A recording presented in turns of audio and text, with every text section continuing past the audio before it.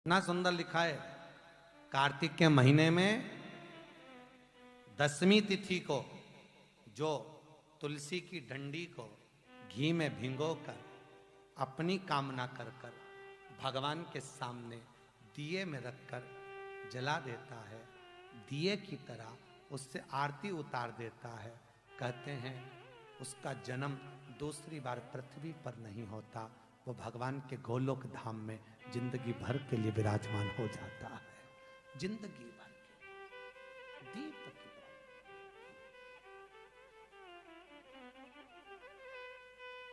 विष्णु पुराण किस किसने सुनी है? हाथ उठा।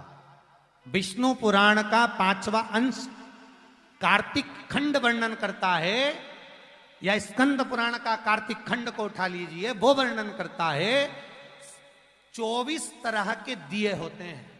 कितने तरह के? 24 तरह के दीप होते हैं।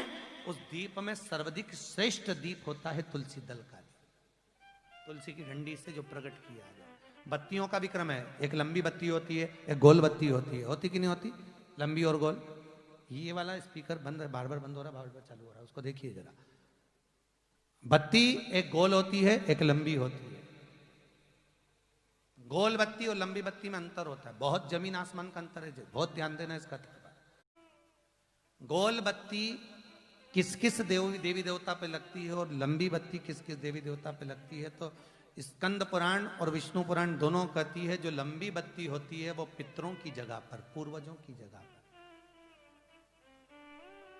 पूर्वजों की जगह पर, बड़ के पेड़ के नीचे, पीपल के पेड़ के नीचे लंबी बत्ती का प्रमाण है। किसी देवी के स्थान पर, जो देवी की पूजन करते हैं, जगदम्बा की पूजन करते हो, पार्वती की करते हो, लक्ष्मी की करते हो, कुल देवी का स्मरण करते हो, लंबी बत्ती का प्रमाण। और जो गोल बत्ती होती है वो गोल बत्ती का प्रमाण किसी हनुमान मंदिर, राम मंदिर, शिव मंदिर, जितने देवताओं के मंदिर हैं वहां पर गोल बत्ती का प्रमाण। लंबी बत्ती देवी के स्थान पर इसलिए जलाई जाती है क्योंकि देवी वंश की और लक्ष्मी की वृद्धि करती है, तो लक्ष्मी और वंश बड़ा होना चाहिए, लंबा होना चाहिए। और देवता के सामने गोल बत्ती इसलिए लगाई जाती है कि हमारा मन, ये चित्त, ये वृत्ति आपके चरणों में टिकी रहे और एक दिन हम भी वैकुंठ का वास करें, इसलिए गोल बत्ती लगाई जाती है। एक सहस्त्र बत्ती होती है, करें दर्शन कभी? यहाँ पे माताएं बैठ बैठ के बनाती रहती है 100 बत्ती, 108 बत्ती, 108 बत्ती बनाकर भगवान के सामने। उसका क्या प्रमाण है? कौन से पुराण में लिखा है कि 108 और सहस्त्रावली बत्ती लगाई जाए?